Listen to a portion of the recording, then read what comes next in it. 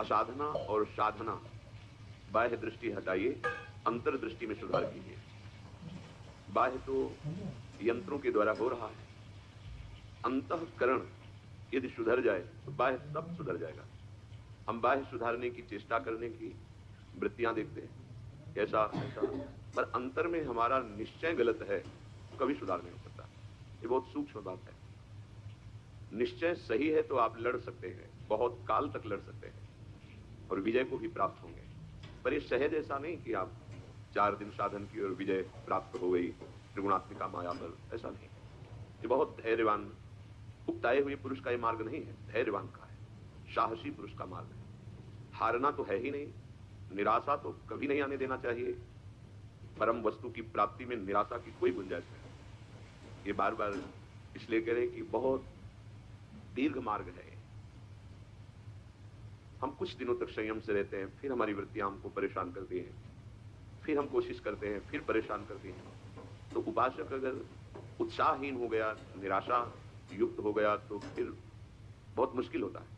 ये पूरे जीवन की बात बता रहे हैं। ऐसा युद्ध बहुत दीर्घ काल तक होता है। इसको सहज में ना मान लें कि कुछ महीने कुछ वर्ष तो हम सिद्ध हो गए, ये ऐसा मार्ग नहीं है। क्योंकि बहुत जन्मों से हमारी दुर्वासना मम सदा परिकर्षयन्ति, वो खींचती रहती है। जैसे जग भी जाए तो सुखद दुखद स्वप्न खींचता है जगने पर भी। जब उसका अंतराय बहुत लंबा होता है तब वो विस्मरण होता है। नहीं, जग गए हैं, बैठे हैं, पर उसी स्वप्न चिंतन में दुखद हुआ या सुखद, उसमें फिर जग के भी डूबने लगते हैं। अगर हमको तत्व ज्ञान भी हो गया है तो हम जिस साधन से तत्व बोध प्राप्त किए उस साधन की तन्मयता हटने नहीं देना चाहिए। नहीं तो जैसे जगा हुआ पुरुष भी सुखद दुखद स्वप्न का चिंतन करके उसमें तदात्म होने लगता है, ऐसे ही जगा हुआ पुरुष भी, अर्थात ज्ञान को प्राप्त हुआ भी, अगर वो अपने चिंतन को जिस साधन से बोध प्राप्त किया है उसी में स्थित नहीं रखता, तो ये तो रहता है कि स्वप्न है, पर उसकी दुखद सुखद घटना प्रभावित कर देगी। इसलिए आत्मज्ञान से आत्मरति, आत्म तृप्ति, आत्मबोध, उसी में आजीवन ब्रह्मबोध महापुरुष तन्मय रहते हैं, एक क्षण भी व्यर्थ नहीं जाने देते। क्योंकि बोध होने पर वो स्वभाव ही ऐसा बन जाता है। अगर कहीं स्वाप्निक इस मान अपमान निंदा स्तुति का वो चिंतन करने लगे तो फिर हृदय जागते हुए भी जैसे स्वप्नाशक्ति दुखद या सुखद उसे विचलित करती, ऐसी स्थिति होने लगती है। ये बड़ा गूढ़ विषय है। इसलिए पूज्यपाद उड़िया बाबा जी महाराज, उनके वचन, आत्मज्ञान होने पर भी आत्मरति, आत्म क्रीड़ा, आत्मबोध, उसी में चिंतन में हम भगवत मार्ग में अभी चल रहे हैं। हमारी वृत्तियां बिगड़ती भी हैं, हमें निराश नहीं होना, हताश नहीं होना। ये बहुत मजबूती से चलने वाला मार्ग है। बहुत से ऐसे माया के प्रवाह ऐसे झोंके आते हैं जिनमें लगता है अब सब कुछ गया। नहीं, वो एक वृत्ति है जो तुम्हें विचलित कर रही है, उसको जीतना है। हमें अंतर से ये बात समझनी कि ऐसी गलती क्यों हुई, ऐसी त्रुटि क्यों हुई। बहुत विचार करने पर निकलता है शास्त्र आज्ञा का उल्लंघन हुआ। बिल्कुल आज तक के जीवन का अनुभव है, जहां हमसे शास्त्र शब्दों का आज्ञा का उल्लंघन हुआ वहीं जलन हुई, वहीं हमें निराशा हुई, वहीं हम उदास हुए। बिल्कुल ये परमार्थ शास्त्र आज्ञा गुरु आज्ञा पर ही प्रकाशित होता है। बिल्कुल, ये बिल्कुल बात समझ ली।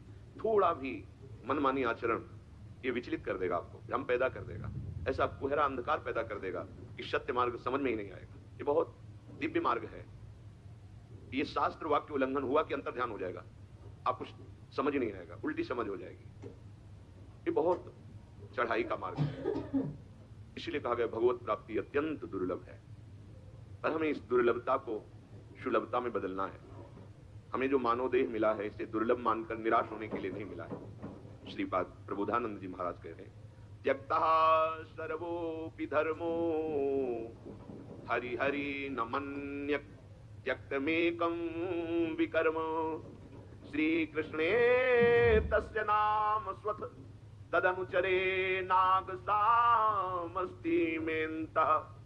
श्रीमद् वृंदावन त्वाश्रये मगति गतिं त्वेकलां त्वयि शद्धिः। किं कुर्यां कुत्र यायां यदि वत भवेत् तद्भवत्वेव कामम्। हे वृंदाटवी, ये जो महापुरुष जन अपने को कह के बोलते हैं तो अपने मन को तदात्म करते हैं संपूर्ण प्राणियों के, तब वो बोलते हैं। जैसे ध्रुव जी ने तदात्म होकर प्राणवायु रोकी तो संपूर्ण ब्रह्मांड की प्राणियों की प्राणवायु रुक गई। जब महापुरुष तदात्म होते हैं तो सबके मन का भाव अपने मन में उनको दिखता है। अपने मन को पढ़ रहे हैं, पूरे विश्व के मन को पढ़ रहे हैं।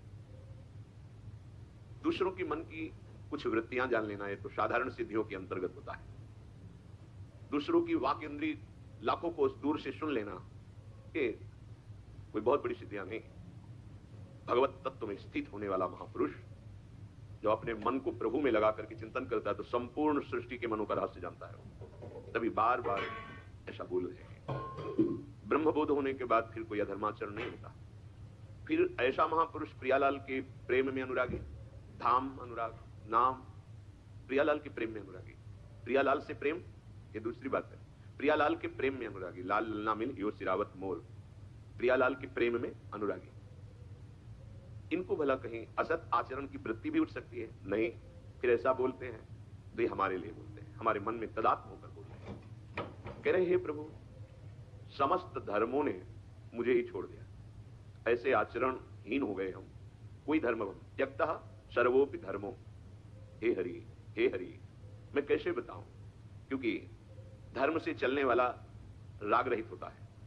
वैराग्यवान पुरुष ही ज्ञान को प्राप्त होता है और ज्ञानी पुरुष ही संपूर्ण जड़ चैतन्य में एकमात्र आत्म स्वरूप अपने प्रभु को देखता है। जो प्रभु को देखा, सत्य को जाना, उसी में उसकी रति होती है, वही प्रेमी बनता है। अज्ञानी प्रेमी नहीं होता है। भेददर्शी राग द्वेष जनित चेष्टा वो कभी अनुराग को नहीं जानता है।